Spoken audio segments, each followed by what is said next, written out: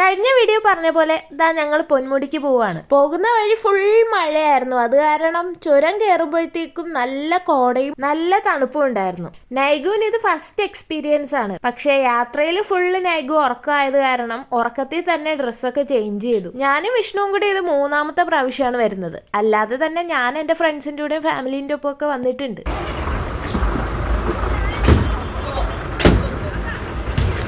Food കഴിക്കാൻ നിർത്തിയപ്പോൾ ഞങ്ങൾ parcel മേടിച്ചു വെച്ചു. വീട്ടിൽ നിന്ന് അമ്മമ്മ ഉണ്ടാക്കി തന്ന കിണ്ണത്തപ്പം ഉണ്ടായിരുന്നു. അത് ഞങ്ങൾ എല്ലാവരും കൂടി അപ്പോൾ കഴിച്ചു. ഞങ്ങൾ വീട്ടിൽ നിന്ന് ഇറങ്ങുമ്പോൾ 7 പേരായിട്ട് ഇറങ്ങിയതാണ്. ബസ്സിൽ കയറുമ്പോഴത്തേക്കും അത് 4 ആയിട്ട് ചുരുങ്ങി. ബസ് സ്റ്റാൻഡിൽ വെച്ചുണ്ടായ എൻ്റെ അനിയത്തിയുടെ അമിത പ്രോത്സാഹനം കാരണം സച്ചുവും സാനിയും ജിജോയും റെയിൻകോട്ട് മേടിക്കാൻ പോയതാണ്. അതുകൊണ്ട് അവർക്ക് 3 ആൾക്കും ബസ് മിസ്സായി.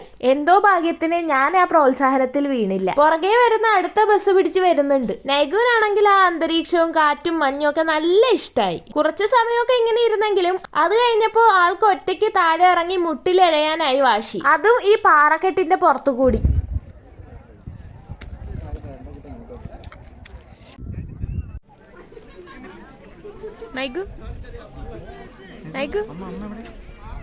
ബാക്കി എല്ലാവരും മലയൊക്കെ കയറാൻ പോയി. നൈഗുവിനാണെങ്കിൽ ഒറ്റയ്ക്ക് താഴെ ഇറങ്ങി എക്സ്പ്ലോറും ചെയ്യണം. അപ്പോൾ ഞങ്ങൾ ഇനി മല കയറാൻ പോയി അവിടെ എത്തുമ്പോഴേക്കും അവന് താഴെ ഇറങ്ങണമെങ്കിൽ അത് റിസ്ക് ആവും. അത് കാരണം ഞങ്ങൾ മലയൊന്നും കയറാൻ നിന്നില്ല. കുറച്ച് കഴിഞ്ഞപ്പോൾ ഞങ്ങൾ രണ്ടാളും നല്ല ടയേർഡായി. അപ്പൊ പിന്നെ നൈഗുവിനെ ഒന്ന് അടക്കിയിരുത്തണമെങ്കിൽ ഫീഡ് ചെയ്യലേ മാർഗമുള്ളൂ. അപ്പൊ ഞാൻ കുറച്ചൊന്ന് ഫീഡ് ചെയ്തു. ഇതിനിടയിൽ ഞാനും എൻ്റെ അനിയത്തിയും കൂടെ ഒന്ന് ചെറുതായിട്ട് കോർത്തു. അപ്പൊ മൊത്തത്തിൽ എൻ്റെ മൂടങ്ങ് പോയി. അങ്ങനെ നിൽക്കുമ്പോഴാണ് പെട്ടെന്ന് ഒരു മഴ പെയ്യുന്നത്. പിന്നെ ആ മഴ തോർന്നിട്ടാണ് ഞങ്ങൾ അവിടെ നിന്ന് തിരിക്കുന്നത്.